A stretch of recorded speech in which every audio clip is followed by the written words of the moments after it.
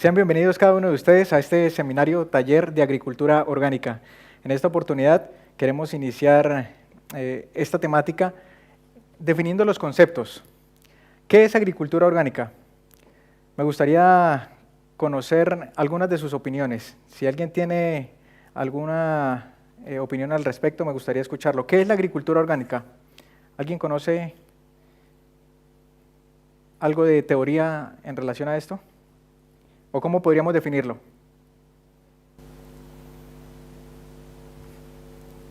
Bien. Que se cultiva naturalmente, ¿no? Sin preservantes químicos, nada de estas cosas, naturalmente. Lo de la semilla es original, no es una semilla modificada. Bien, eso es muy importante. Semilla original y desarrollo de cultivo de forma natural, de forma sin aditivos, sin nada sintético. Vamos a definir esto según algunos diccionarios, algunas personas que estudian sobre este tema, y lo definen de esta manera. La agricultura orgánica es un sistema de cultivo de una explotación agrícola autónoma basada en la utilización óptima de recursos naturales, sin emplear productos químicos u organismos genéticamente modificados, ni para abono, ni para combatir las plagas, ni para cultivos. Así se define la agricultura orgánica en teoría. Sin embargo, mi concepto personal, la forma en que lo he entendido y como lo he visto en la Biblia, es un poco más corto, pero a la vez más abarcante. Y quisiera compartir este concepto con ustedes. Vamos a avanzar para esto con una ilustración. Y quisiera que estuvieran muy atentos con esta ilustración porque tiene mucho que ver en relación a lo que queremos llegar y a cómo lo queremos definir. Resulta, se cuenta una historia que un hombre debía cruzar un desierto, tenía que atravesar un desierto, necesitaba hacer un viaje y esto implicaba necesariamente atravesar este desierto.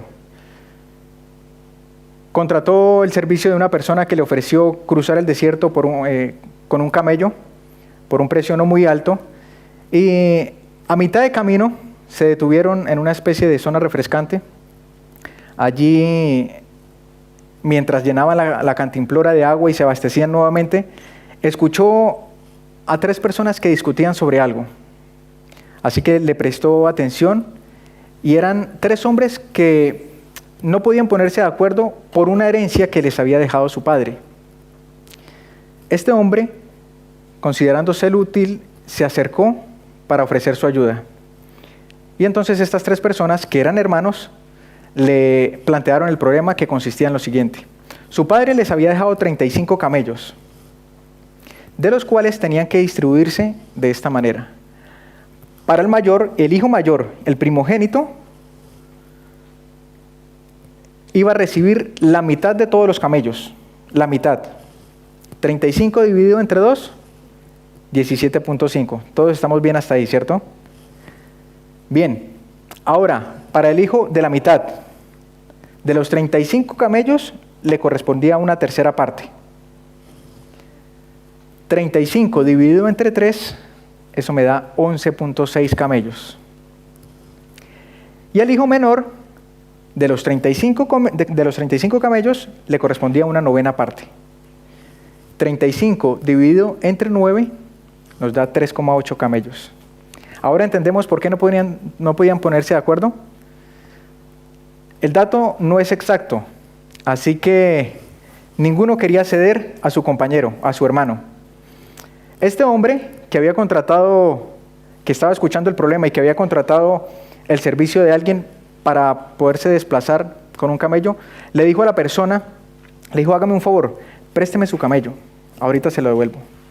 Y lo tomó y se acercó a los 3 hermanos y les dijo: vamos a hacer una cosa, yo les voy a regalar este camello, se los voy a regalar. Ahora van a tener 36 camellos y la cuenta va a ser exacta. Entonces, las cosas quedarían de la siguiente manera. Al hijo mayor le tocaba la mitad. 36 dividido en 2, 18. Antes le correspondía 17.5. ¿Quedó satisfecho? Por supuesto. Le tocó más de lo que le correspondía antes. al hijo de la mitad le tocaba una tercera parte. 36 dividido en 3, 12. 12 camellos. ¿Cuánto le tocaba antes? 11.6. Más, ¿cierto? Ahora, al hijo menor, una novena parte de los 36 camellos. 36 dividido en 9, 4. ¿Cuánto le correspondía antes? 3,8 camellos. Todos quedaron satisfechos porque les tocó más. Claro, había un camello adicional. Pero hagamos la cuenta, hagamos la suma. ¿Cuánto da 18 más 12? 30 más 4, 34. ¿Y cuántos camellos teníamos? 36. 36 menos 34 da 2. Aquel hombre dijo, este camello es para mi amigo que me lo prestó y el otro camello es para mí por haber resuelto el problema. ¿Qué les parece? Interesante historia, ¿no? ¿De dónde salió ese otro camello para él? Bien, quiero contrastar esta historia con esta ilustración con una historia bíblica. Si esto les pareció interesante y sorprendente, lo que viene más adelante les va a parecer mucho mejor. Mateo 15, 29 al 31. El Hijo de Dios, Jesús, vino a este mundo y en medio de los pecadores hizo una infinidad de milagros. Sanaba mudos, le daba la vista a los ciegos, levantaba paralíticos, pero en esta ocasión hizo algo muy especial. El versículo 31 dice, el versículo 29, pasó Jesús de allí y vino al mar de Galilea, y subiendo al monte se sentó allí. Y se le acercó mucha gente que traía consigo a cojos, ciegos, mudos, mancos y otros enfermos, y los pusieron a los pies de Jesús y los sanó. De manera que la multitud se maravillaba, viendo a los mudos hablar, a los mancos ser sanados, a los cojos andar y a los ciegos ver, y glorificaban al Dios de Israel. Aquí hay algo sumamente especial que a veces pasamos por alto cuando leemos muy rápido. Y quiero que revisemos nuevamente el texto, pero definiendo nuevamente los conceptos. Partamos de lo que es un cojo. ¿Qué es un cojo? Dice que se desplaza con dificultad por la lesión o la falta de un pie o una pierna. Entonces un cojo lo podemos definir básicamente en dos formas. Uno, o que tiene una pierna o un pie lesionado, puede caminar pero con dificultad. O dos, que no tiene el pie o no tiene la pierna. Versículo 31. De manera que la multitud se maravillaba viendo a los cojos andar. Quiere decir que estos cojos que se acercaban a Jesús podían andar. Según la definición, aquel cojo que podía andar era el que solamente tenía una lesión en el pie. ¿Cierto? Vamos a definir lo que es un sinónimo de andar. ¿Qué es andar? Un sinónimo, caminar. Que se desplaza de un lado a otro moviendo ¿qué cosa? Los pies. Pero el versículo 31 dice que la multitud se maravillaba viendo a los cojos andar. La multitud no podía maravillarse al ver un cojo que tenía una lesión en la pierna, que todavía la tenía y que andaba con dificultad. Porque el versículo dice, se maravillaba viéndolos andar, es decir, desplazarse con los dos pies. Seguramente se refiere a ese cojo que no tenía ni el pie ni la pierna, o una de las dos. Puede sonar algo extraño. Pasemos al original, la palabra en griego.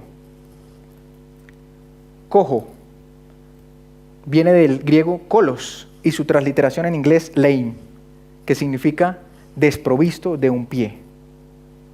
Aquellos cojos que se acercaron a Jesús eran cojos que les faltaba un pie o una pierna. ¿De qué forma puede ser sanado un cojo? ¿Cómo? ¿Cómo puede ser sanado un cojo? ¿Cómo puede ser sanado alguien que no tiene un pie o una pierna? La única manera en que un cojo de esta clase pueda ser sanado es que le salga la pierna. No hay otra forma. ¿Puede sonar algo exagerado o de pronto una malinterpretación? Vamos a un término mucho más familiar. Leamos el versículo 31 nuevamente. De manera que la multitud se maravillaba, viendo a los mudos hablar. ¿A los qué cosa? Mancos ser sanados. Eso es un término mucho más fácil para entender. ¿Qué es un manco? Que no tiene una mano o un brazo. ¿Cómo puede ser un manco ser sanado? Por si queda la duda, manco, la palabra original que está en la Biblia es kolos y su transliteración en inglés maim, que significa mutilado.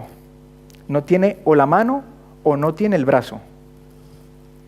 De razón, el versículo 31 dice, de manera que la multitud se maravillaba, viendo a los mudos hablar, a los mancos ser sanados, a los cojos andar, porque fueron testigos oculares, porque delante de toda aquella multitud expectante, aquel cojo podía ser sanado saliéndole una pierna, de la nada, y ellos podían verlo.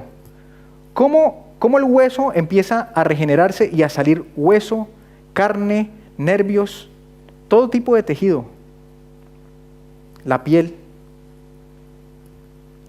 Esto es realmente sorprendente. El ejemplo de los camellos tiene su explicación en las fracciones matemáticas. Pero esto, ¿cómo lo puedes explicar? Viendo con sus propios ojos cómo de la nada sale una pierna, cómo de la nada sale un brazo, y siendo testigos oculares de eso. Quiero compartir con ustedes un pequeño video, porque este tipo de milagros que parecen realmente sorprendentes siguen ocurriendo hoy en día. Pero al igual que como hemos leído estos textos en otras oportunidades y no hemos percibido eso, seguramente esos milagros están ocurriendo delante de nosotros y no los hemos visto. Esto es una semilla, una diminuta cápsula de la que empieza a emerger una especie de brazo que se hace cada vez más grande. Al principio parece que estuviera enrollado dentro de la semilla, pero pronto nos damos cuenta que por su tamaño sería imposible que estuviera guardado en ella. ¿De dónde sale entonces? Parece que crece de la nada. Y ahora podemos confirmarlo cuando de repente sale de ese tronco principal una ramificación casi perpendicular, ampliándose hacia los lados. ¿Pero quién le dijo a esto que conocemos como raíz debes bajar y al tallo debes ir hacia arriba? Saliendo de la superficie, donde puede ser vista como lo fuera la pierna de aquel cojo que fue sanado por Jesús, se extiende hacia arriba, creciendo progresivamente, mostrando lo que pareciera ser una metamorfosis a través de las hojas, elementos que vagamente pueden ser descritos por una rama de la matemática llamada geometría fractal, y que impresionan por la majestuosa forma en que se despliegan y se desarrollan en conjunto con un propósito determinado: funcionar como transductores o elementos capaces de convertir la energía lumínica en energía química, estimulando la formación de flores que pronto tienen que morir para que a través de un proceso de proteosíntesis, los aminoácidos y otras estructuras altamente complejas den paso al desarrollo de una de las cosas más extraordinarias de la vida: el crecimiento de un fruto, esa parte comestible y adornada de diversos colores, cargada de vitaminas y minerales, hecha para el sustento del hombre. De esta manera, la naturaleza obedece a Dios, quien dijo: produzca la tierra hierba verde y árbol que dé fruto según su género, y así por el poder de su sola palabra fue hecho un milagro. Delante de nuestros ojos, todos los días se obra un milagro. Quiero compartir con ustedes lo que dice el deseado de todas las gentes, la página 335. Dice: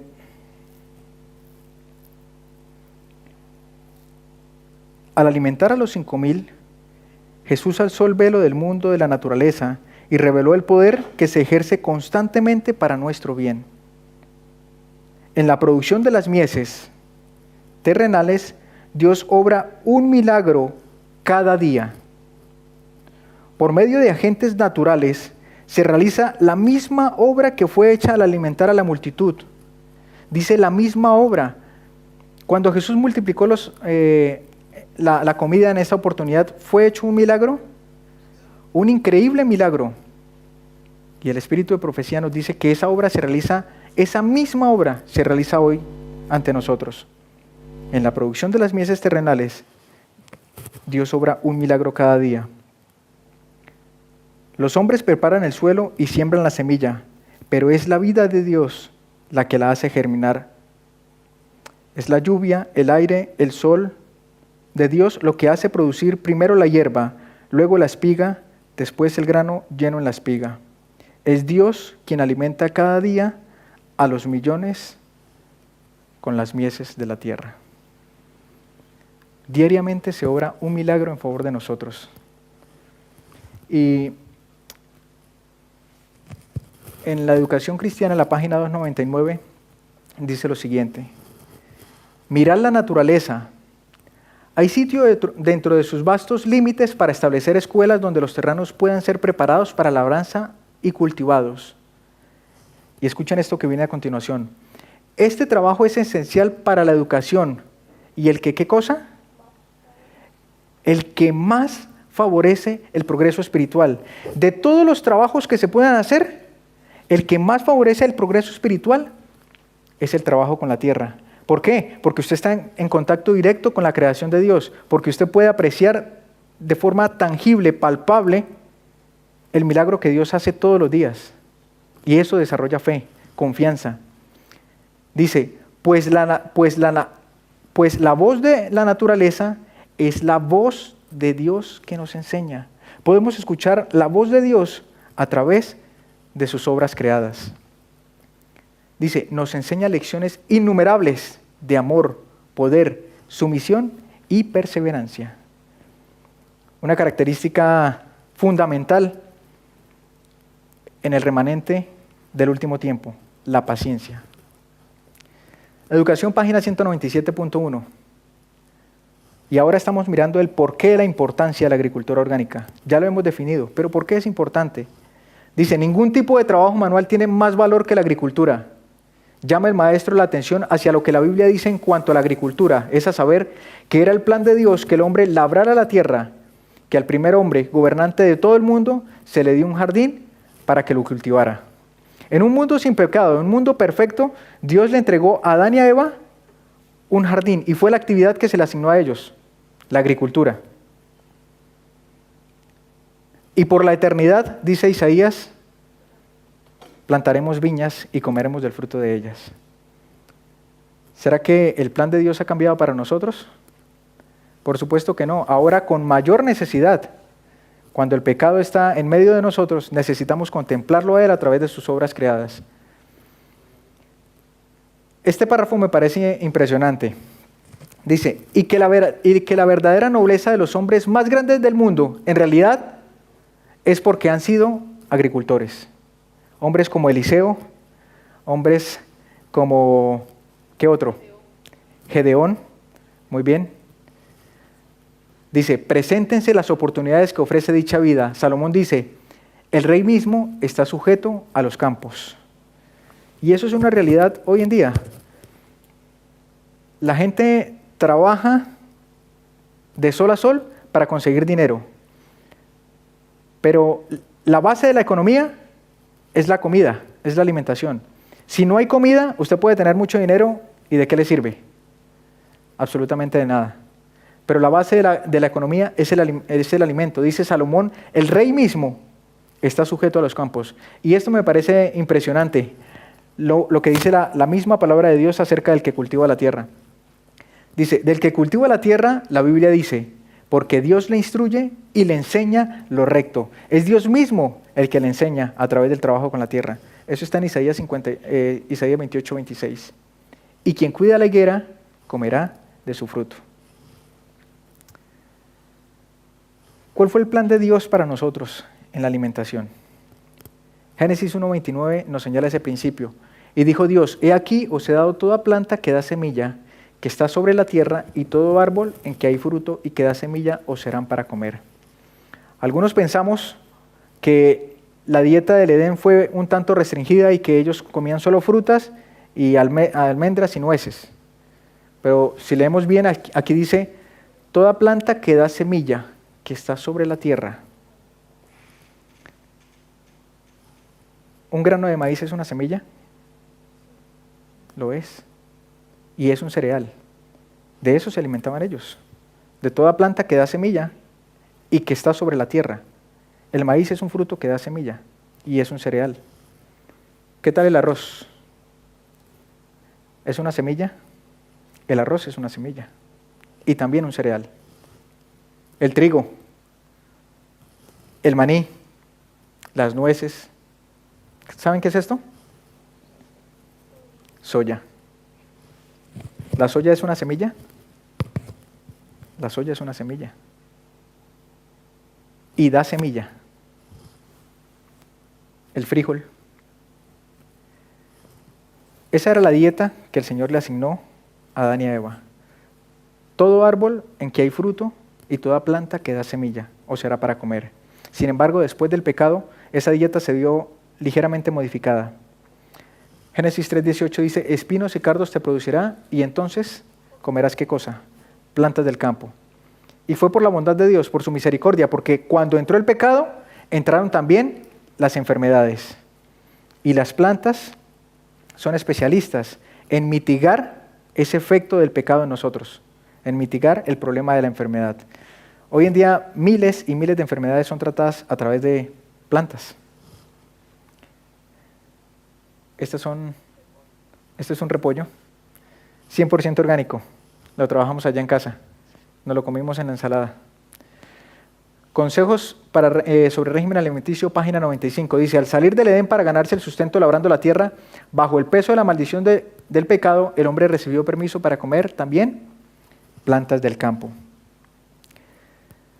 Sin embargo, algunas personas creen que esta dieta nuevamente se modificó y que cuando Dios envió el diluvio para destruir la tierra, entonces concedió el permiso para comer carne porque toda la vegetación había sido destruida. Ese es el concepto que se tiene. Pero en Génesis 6:3 nosotros leemos que Dios quiso acortar la vida del hombre y dijo, y serán sus días 120 años, no más. Y entonces, para acortar la vida del hombre, le permite comer carne. Pero lo hizo por amor también, porque todo lo que Él hace lo hace por amor.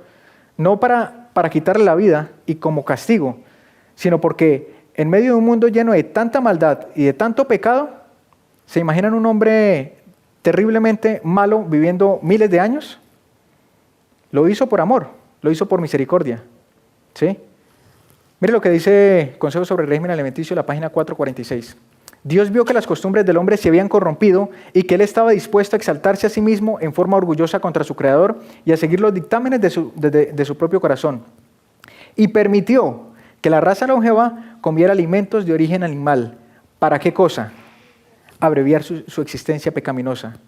Pronto, después del diluvio, la raza humana comenzó a decrecer en tamaño y en longevidad. ¿Por qué decimos que no fue porque la naturaleza fue destruida?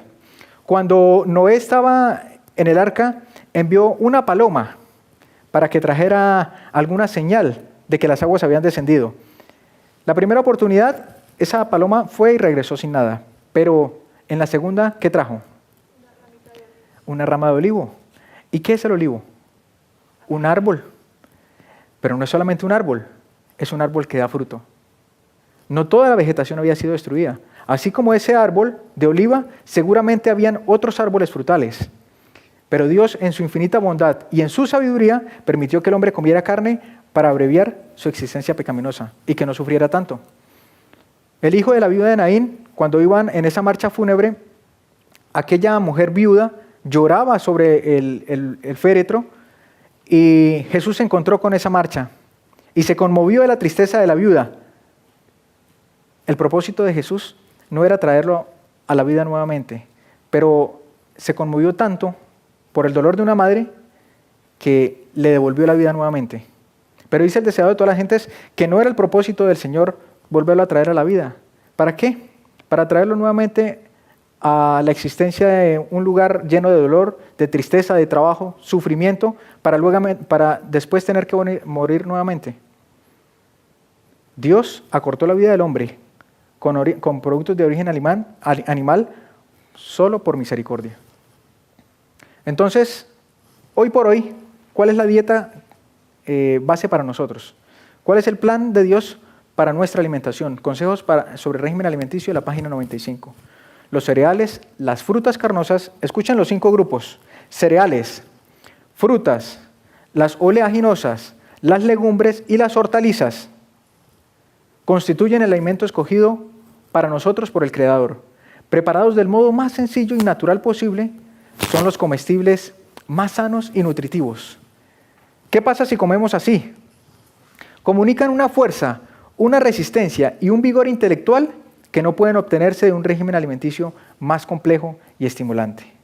Dios es sabio, Dios es bueno y Dios obra milagros todos los días en favor de nosotros. Y ha provisto una dieta completa para nuestro sustento. Sin embargo, y quiero centrarme aquí en la importancia, hoy por hoy, en la actualidad, de la agricultura orgánica. Actualmente se manejan cultivos monocultivos. Una sola planta sembrada en cantidades y cantidades de hectáreas. Monocultivos. Y se trabajan con fertilizantes químicos, que básicamente son 3: nitrógeno, fósforo y potasio. Ellas son los responsables de que este tipo de cultivos crezcan y tomen color, tomen volumen y tomen tamaño. Nitrógeno, fósforo y potasio, no más.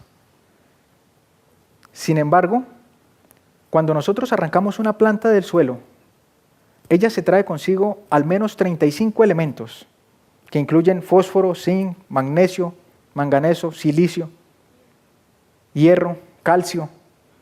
Pero hoy por hoy, todos esos nutrientes no están presentes en las cosas que nosotros comemos. Hipócrates, el padre de la medicina, dijo en alguna oportunidad: que tu alimento sea tu medicina y tu medicina sea tu alimento. Pero hoy por hoy, el alimento no es nuestra medicina. Seguramente sea el problema más grande que tenemos. Hay documentales de expertos en el área que mencionan que lo que estamos comiendo en la actualidad no cubre las demandas que nuestro cuerpo necesitan y que por eso, hoy por hoy, existen muchas personas con deficiencias mentales o con enfermedades que antes no se conocían. Debido a la desnutrición, una persona puede tener buen peso, pero estar mal nutrida. Y es lo que está pasando hoy por hoy con la población mundial. Pero el Señor en su infinita bondad nos ha dejado herramientas y nos ha dado un conocimiento de cómo trabajar la tierra. Y ese consejo es para su pueblo hoy, porque vendrá un momento en el que no vamos a poder ni comprar ni vender. Y nosotros, así como Noé, debemos preparar esa arca. Debemos aprender las prácticas de agricultura, debemos aprender a cultivar la tierra, no solamente porque eso nos acerca a Dios, no solamente porque eso nos hace, porque nuestro carácter se desarrolla más fácil, sino también porque va a ser de sustento para nosotros. Es una bendición, es la bendición más grande que Dios nos ha dado, trabajar la tierra. Por eso quiero compartir con ustedes una pequeña información acerca de cómo elaborar un abono orgánico. A este tipo de abono nosotros le llamamos bocache. Hay distintas formas de preparar abonos. Conocemos el abono de lombrices, conocemos el abono por compost a partir de materia orgánica y tenemos este otro abono que ya incluso se comercializa y es el abono bocache. Quiero mencionar los ingredientes que se necesitan para la preparación de este abono y cuáles son sus ventajas. El primer ingrediente para preparar este abono es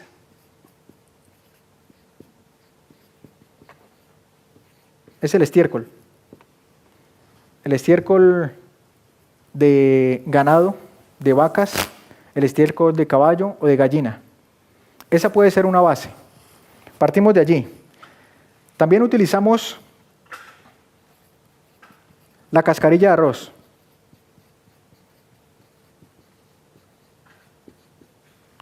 Cuando se pila el arroz, eso deja una cascarilla, esa es la que se va a utilizar para elaborar este abono bocachi. Utilizamos también tierra común, tierra negra.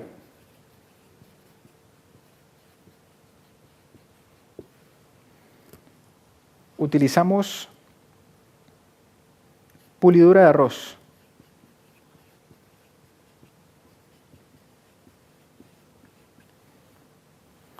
Carbón.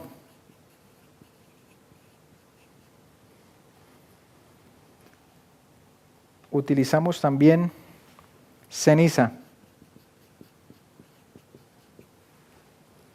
Levadura.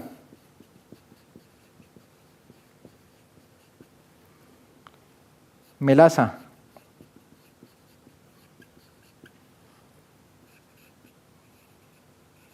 Y agua. Allí están todos los ingredientes. Vamos a mencionar de forma rápida para qué sirven y cómo se prepara. El estiércol es rico en nitrógeno. El nitrógeno es un macronutriente importante, de hecho es lo que utiliza la agricultura, uno de los nutrientes que utiliza la agricultura industrial para darle crecimiento a sus frutos. El principal componente del estiércol es el nitrógeno, es rico en nitrógeno. Y también, dependiendo del origen, puede tener ciertos microorganismos que son importantes para fermentar este abono. Entonces, el estiércol es la base para desarrollar este bocachi.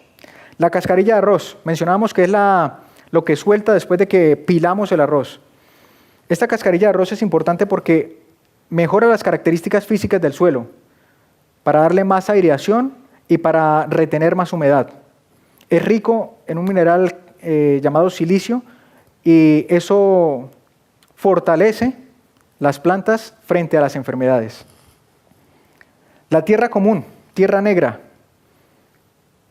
en la elaboración del abono funciona como una especie de esponja.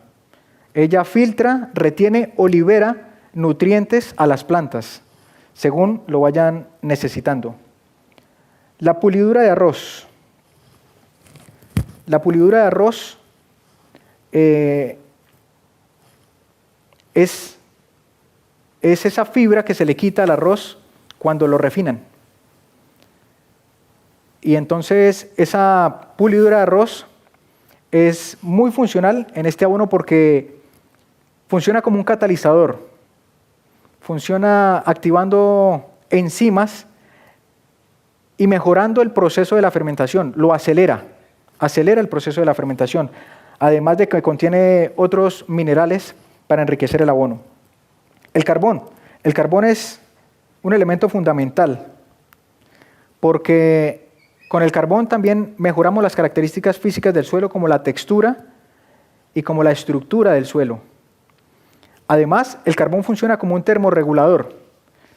En muchas regiones donde se cultivan, el cambio de temperatura entre el día y la noche es muy alto. Esa variación, esos deltas de temperatura perjudican en gran manera a las plantas. El carbón ayuda a regular ese cambio de temperatura y fortalece el sistema radicular de las plantas. Con el deterioro del carbón, con el tiempo y su descomposición total, el carbón se convierte en humus. Entonces se puede construir suelo a partir de carbón. Este ingrediente es fundamental. La ceniza. La ceniza es rico en minerales, en gran variedad de minerales. La ceniza aporta nitrógeno, aporta calcio, aporta magnesio, que hoy por hoy es tan común en la deficiencia de magnesio. Muchas personas necesitan magnesio y toman magnesio. ¿Por qué? Porque ya no están en las plantas. ¿Por qué no están en las plantas? Sí, teóricamente debería estar en la papa, en la zanahoria, en el brócoli. Debería ser rico en magnesio, pero ya no está, porque ya no se trabaja de esta manera. Así que la ceniza es rico en minerales y suple las deficiencias de minerales que no tiene, por ejemplo, el estiércol. La levadura. La levadura es el inóculo de la fermentación. Allí es donde tenemos la cantidad de microorganismos necesarios para homogenizar la mezcla y para que esos microorganismos entren en el proceso de fermentación. La melaza. La melaza es la fuente energética de esos microorganismos para que puedan trabajar y puedan desarrollar el proceso de fermentación.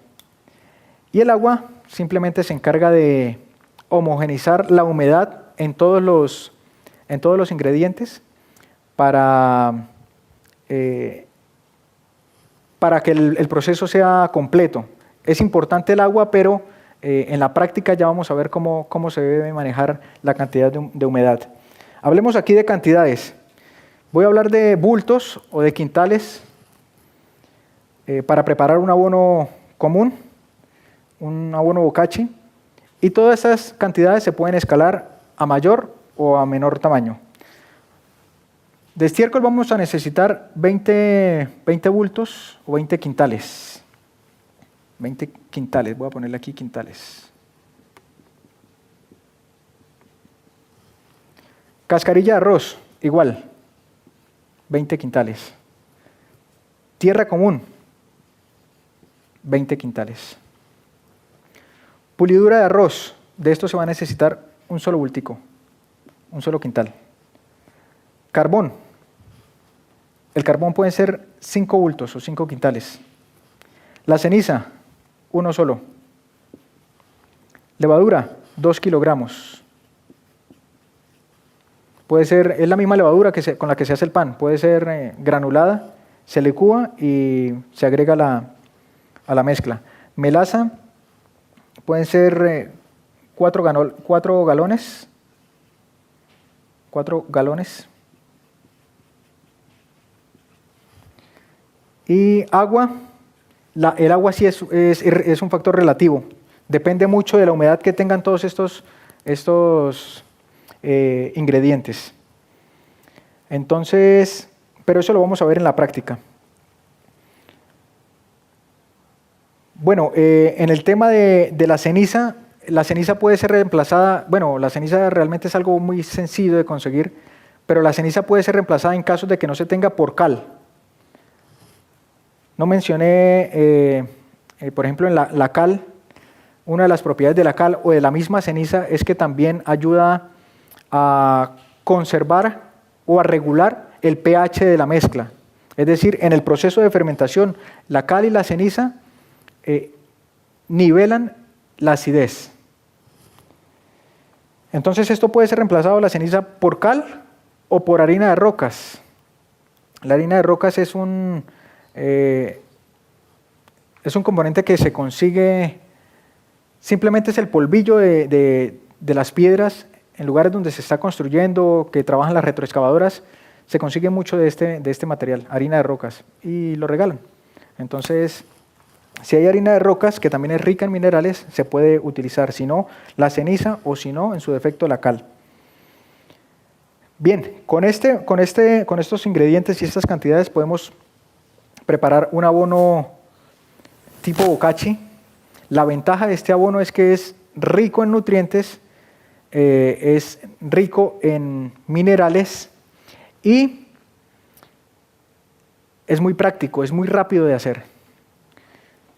El proceso de fermentación de este abono dura solo 15 días, a diferencia del proceso de fermentación que se elabora con abonos de lombrices, 3 meses, o compost con materia orgánica, 3 meses. En 15 días nosotros tenemos abono bokashi listo para utilizar. Incluso en determinados procedimientos se puede utilizar abono bokashi crudo, es decir, 3 días de preparado y se puede utilizar. Entonces la practicidad, la facilidad hace de este abono para mí el mejor en la actualidad, porque tiene todas las ventajas de los otros abonos, pero es muy práctico.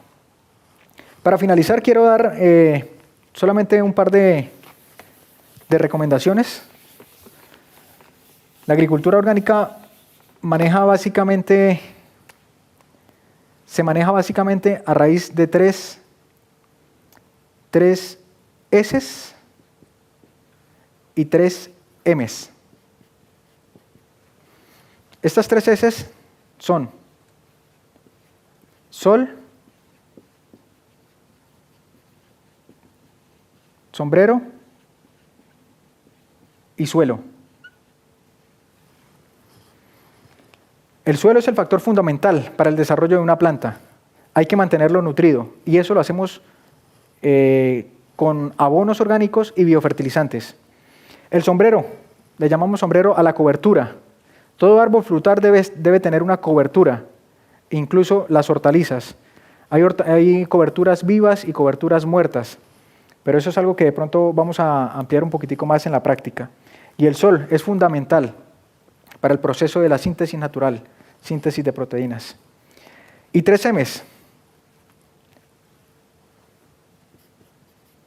Materia orgánica.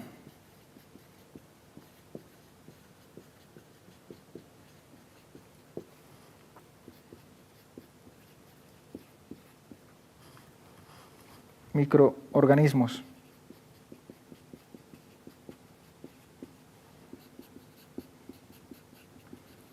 Y minerales.